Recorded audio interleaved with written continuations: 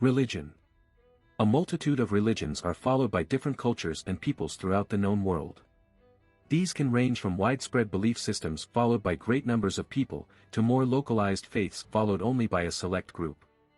Individual religious devotion in all societies is, of course, on a spectrum, from devout adherents to those that just go through some of the motions by rote as a cultural norm.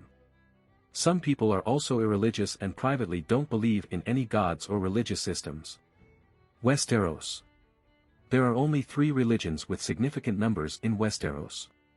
The old gods of the forest, innumerable and nameless spirits of each tree, rock, and stream worshipped by the children of the forest and later by the first men.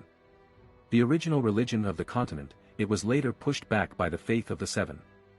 In the present day, it is the majority religion only in the north and beyond the wall, though certain nobles' houses in the south of the continent still follow it. The faith of the Seven, introduced to Westeros during the Undul invasion 6,000 years ago, it has for millennia been the majority religion on the continent. In terms of number of followers, geographic spread, and influence on politics, the faith of the Seven is the overwhelmingly dominant religion in Westeros. It is based on the worship of the Seven or the Seven-Faced God, a single deity with 7 aspects or faces. The Drowned God, the local religion of the Iron Islands. Worshippers of the Drowned God value maritime skill, as well as prowess in combat and in piratical raids. It has the fewest followers of the 3 major religions in Westeros and is the least widespread, being restricted to the lightly populated Iron Islands.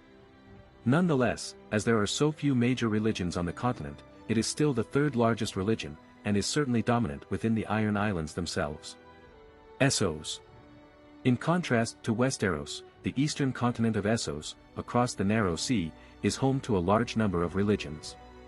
Unlike the faith of the Seven, however, few of these religions are widespread across large geographical areas. The Free City of Braavos does have a very diverse, cosmopolitan religious makeup, but each of the free cities, as well as the cities of Slavers Bay, may contain worshippers of numerous local religions not found anywhere else in the world. The one major exception is the faith of the Lord of Light, which is very widespread, from the free cities in the west to Ashai in the distant east. Indeed, in the southern free cities such as Volantis, Lys, and Myr, the Lord of Light is the majority religion, and it has at least a plurality in many other major cities across the continent. Still, unlike in Westeros where the faith of the Seven is often the exclusive religion, in many cities in Essos where the Lord of Light is the majority religion, there are still substantial minorities that follow other religions. R'hllor focuses on worship of the one true God, a fire god known as the Lord of Light, or R'hllor. Espouses strong dualistic beliefs, as the Lord of Light constantly struggles against darkness. Loosely speaking, it is the majority religion in many parts of Essos, particularly the major trading hubs such as the free cities.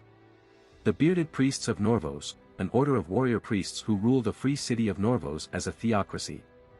The black goat of Qohor, a grim god who requires daily blood sacrifices, the primary religion in the free city of Qohor.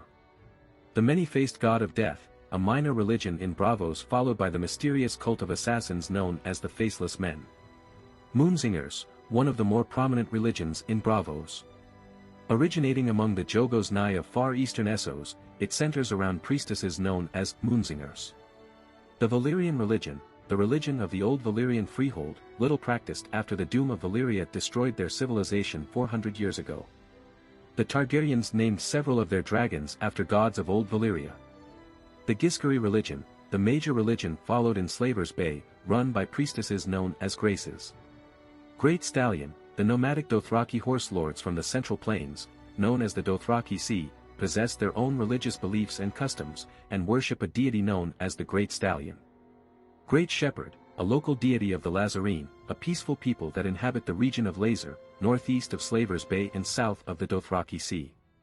This religion holds that all men are part of one flock.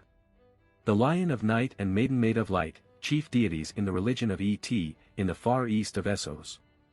A number of lesser cults are spread throughout the free cities and the rest of Essos, which worship other deities such as Bacallan, the pale child, favored by soldiers. The Weeping Woman, a deity worshipped by a cult in the free city of Lys, though it is not the majority religion in the city.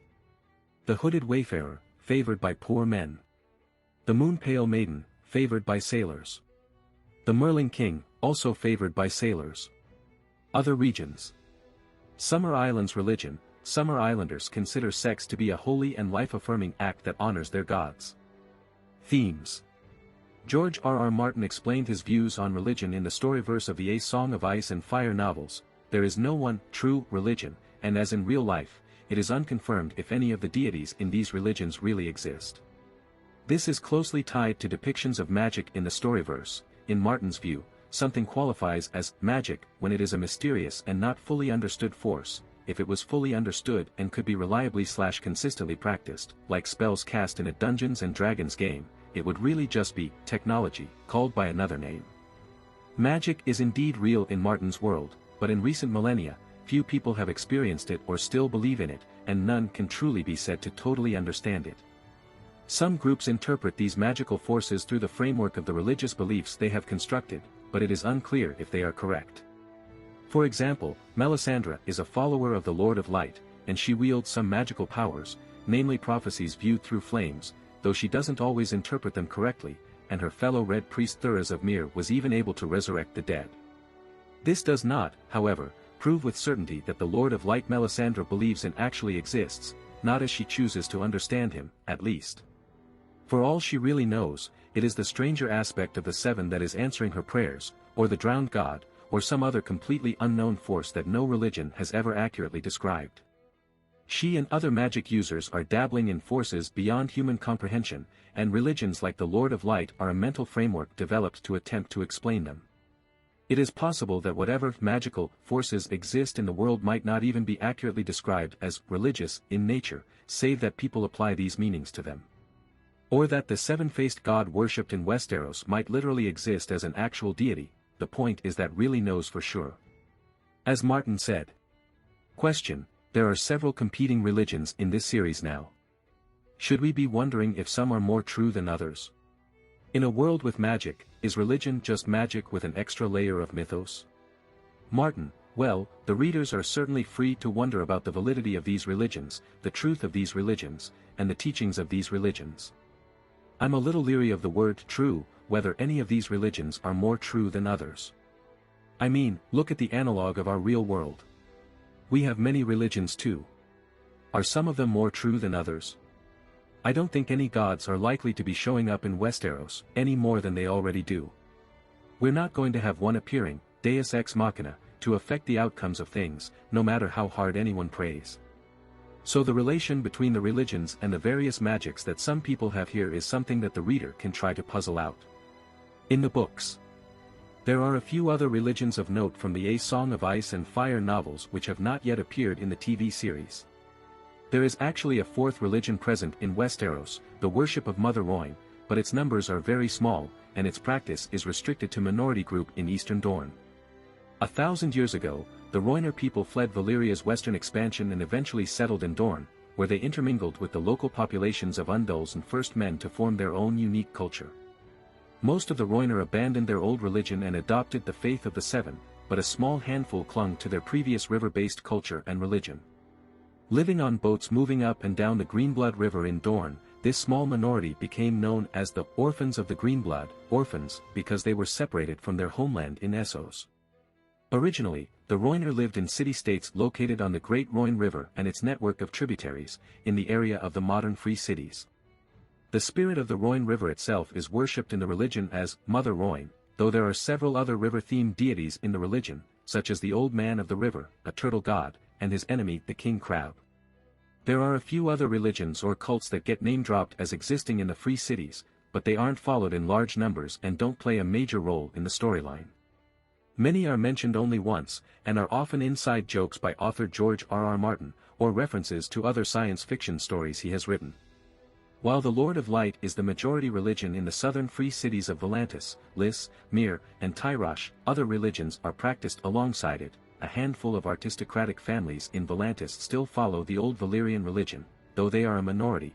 Coins and Lys are adorned with the image of a native love goddess, which may or may not be the same figure as the Weeping Lady, and in Tyrosh, the fountain of the drunken god is dedicated to the eponymous deity, and the temple of Trios honors the three-headed god of the same name. The Lord of Light doesn't seem to be the majority religion in the northern free cities, though their exact beliefs have not been given in detail. The Lord of Light is worshipped in Pentos and Kohor and even has a notable presence in Bravos, but the exact extent of the religion in these places is uncertain.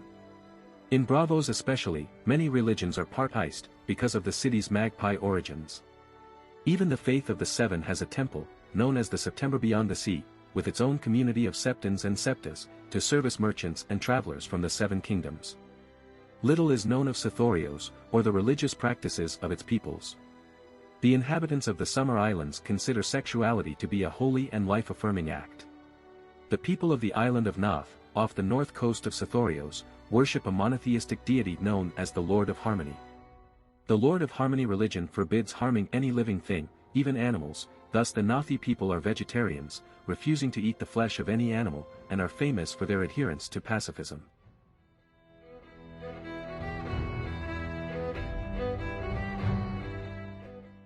If you like this content, don't forget to like and subscribe. See you later, bye bye.